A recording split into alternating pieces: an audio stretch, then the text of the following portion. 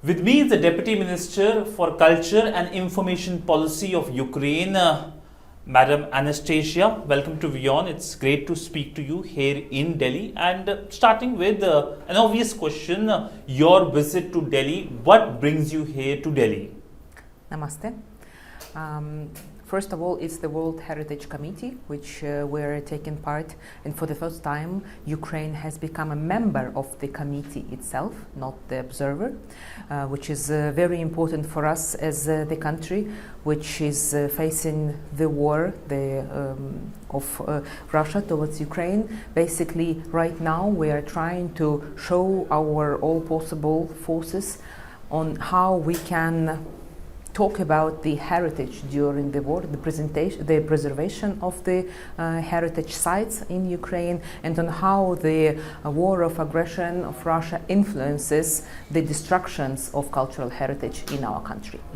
Ma'am, if you can elaborate as to how the war has impacted the heritage sites in Ukraine. I believe there was a conversation at the Heritage Committee meeting as well, where you talked about the heritage sites being destroyed.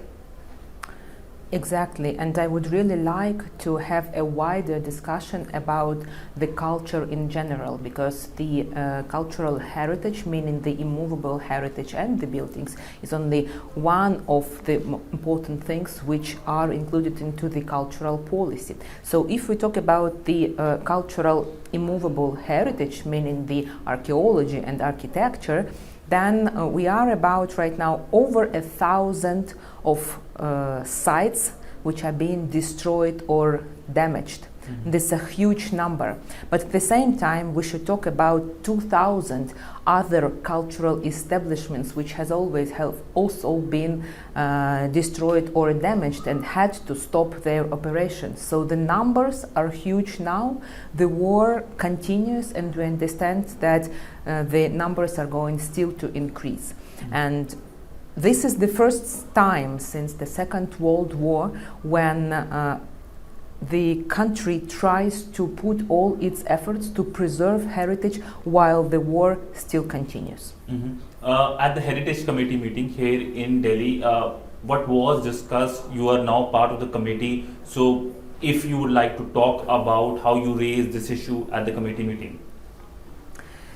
It is important for us to use every possible way to talk about the full-scale invasion of Russia to Ukraine and on how all this situation influences the destruction of cultural heritage. For sure, committee is one of such possibilities to tell the world on what huge amount of destructions we face right now, and kind of attraction of more attention towards those countries, international community, which can help Ukraine protect and preserve our cultural heritage. So in this part of this week's committee, we are talking about 3 sites which we have put earlier on the list in danger. These sites are in Lviv, Kiev as the capital, and Odessa, and we are here trying to get the confirmation indeed from UNESCO that these sites continue to be under threat. And what is most important, that this threat is not caused by the host country, that this threat is due to the ongoing war by Russia in Ukraine. So you got any victory at the meeting? Absolutely. Thanks for mentioning this. This happened just today morning, where there was a quite an intensive arguments around on how the formulations go, because as you know, the multilateral relations and international organizations, it's all about formulations and on how you use the wordings. Wordings are very important on how you put that in the official documents. So first ever, we've mentioned to put in UNESCO official document, and it was adopted, the formulation of the full-scale invasion of Russia to Ukraine. That's super important for us. How do you see India's role in terms of safeguarding heritage, not only across the world, but also perhaps in Ukraine? I really wish that India would join Ukraine in our efforts to preserve our cultural heritage. I believe that we can find mutual ways to cooperate, especially taking into consideration the experience of India to work with heritage which earlier was taken out of Indian land all around the world, and now this heritage comes back to India. These are very important issues when we talk about the museum heritage in particular, because as of now 1.7 million of museum items stay at the temporarily occupied territories, and which means that we have, as Ukrainian state, no information on the conditions of those museums items and how they are treated there, and if they are still at those territories or they already have been taken to the territory of the Russian Federation. So basically these are things we're going to fight for to bring them back to our country. Mm-hmm. And I am sure that on these matters we can be great partners with India. Mm-hmm. Now moving to the larger situation in your country, what is the current situation in your country? The war started in 2022, it's been almost like 2 years. So what is the update, if you can give, as a minister from Ukraine? It's actually the third year already, as the second year ended on February 24th. So basically the situation is quite complicated. We face a difficult situation with bombardments of the power plants and huge outages of the electricity, which also influence greatly the preservation of cultural heritage. You may imagine that in the situation of summer, when there is high temperatures and heat, and we have to keep the microclimate, it's in order to preserve the heritage buildings and the museum items, it's completely impossible. The same goes for winter, when the outages of the electricity go back there in winter, so that the situation is completely opposite to heat the premises. Secondly is the constant shellings and bombardments, especially in the city in Odessa, as it is situated by the Black Sea and close to Crimea. I guess that bombardments happen like each second or third day, and there can be in 10, 20, 25 missiles launched at once. And important to mention that it's not only the direct hits which actually harm and damage the buildings themselves, it's also the blast and the sound waves which create this effect over the ancient buildings and make them jump a little bit, or creating the micro scratches inside of the building structure, which then influences the inclines and some destructions in the structural buildings. So, you know, it's important always to mention that it's not only we should be waiting for the direct shot and the full destruction of the heritage to make sure that we have to take care right now because it is destroyed. It is being harmed and damaged every time there is a missile attack, and they happen very, very often. Mm-hmm. Ma'am, you've given a comprehensive update on the situation on the ground, but as a minister from Ukraine, are you hopeful of the peace talks which have happened, hopes on peace prevailing very soon? Are you hopeful? I am very hopeful for Ukrainians' victory. Mm-hmm. And this is very important for us. We do believe that the most important document all countries of the world accepted in 1991 is our independent document, and everybody accepted on where the borders of our countries are. Mm-hmm. So we really fight right now for the integrity of our country. We have not been doing any steps to conquer anybody's territory. We are trying to protect what belongs to us. Mm-hmm. Any fatigue from the war in Ukraine? Any fatigue, any tiredness from the war in Ukraine? It's been 3 years. Indeed, it's the third year now, and I am sure that we all are humans and we would be tired living every day in the shelling and constant air raids and alarms. Mm-hmm. But that doesn't change our desire to fight for our land. Mm-hmm. How do you see India's position on the war? The Indian side has repeatedly emphasized on dialogue and diplomacy. What's your take? I'm the one here to talk about culture, and if we can find cultural dialogue in between our countries, which might help our countries go deeper on our cooperation, I would be more than happy. I would be glad to invite the respected deputy or the Minister of Culture, any of my colleagues, to Ukraine to see the situation with their own eyes. Have you had a conversation with your any counterpart here in Delhi and invited them to come to Ukraine to what you have talked about, to witness the destruction which has happened in Ukraine?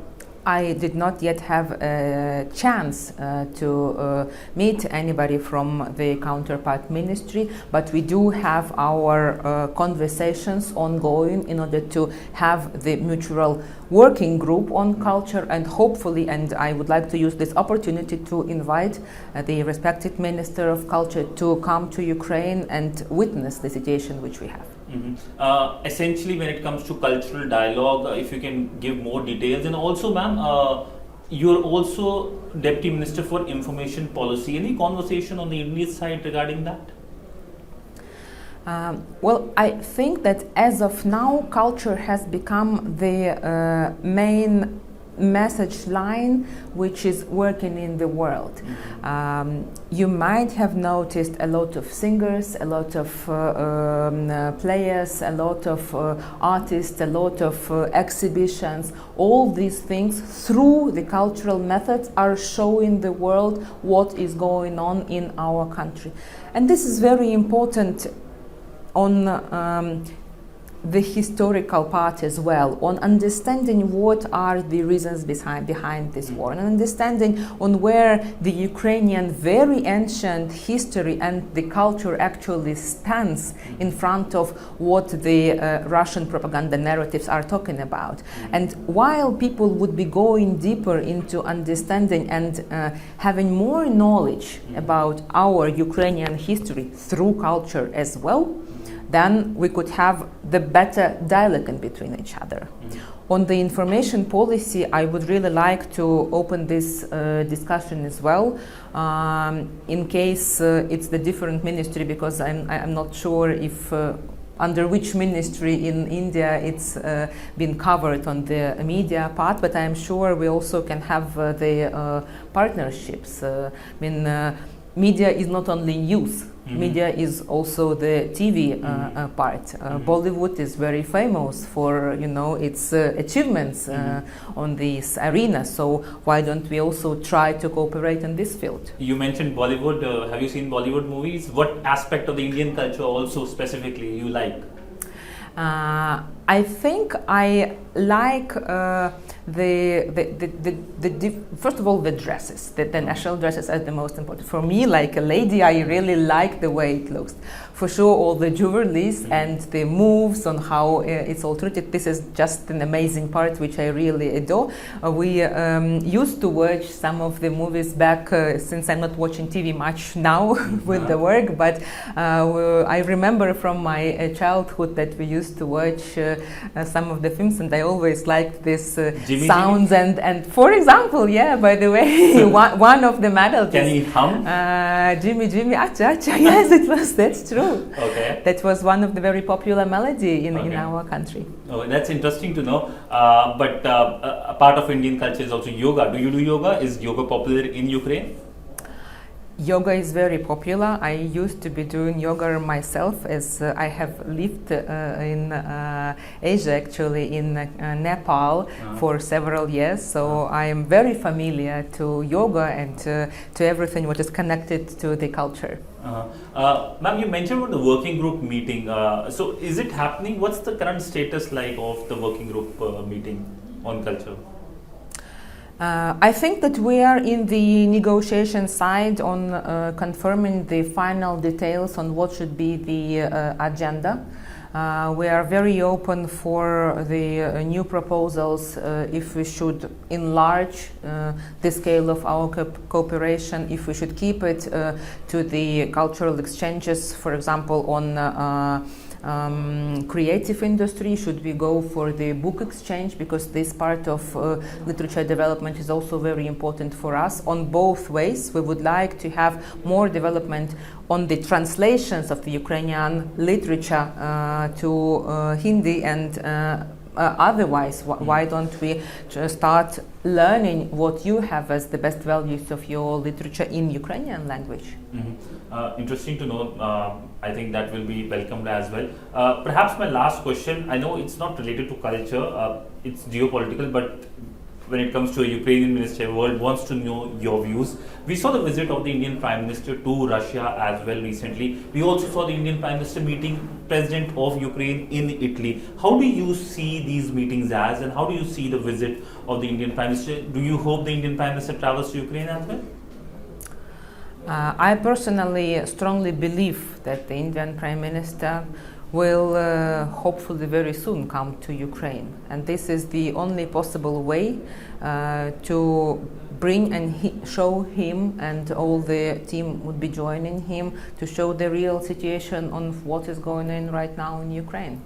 So again, I would very much welcome the Prime Minister together with all the ministers and our partners from the Ministry of Culture in Ukraine. Hope to see them in Kiev very soon. That's an interesting comment with an interesting smile. On that note, I'll leave you. Thank you so much for speaking to WION. Thank you.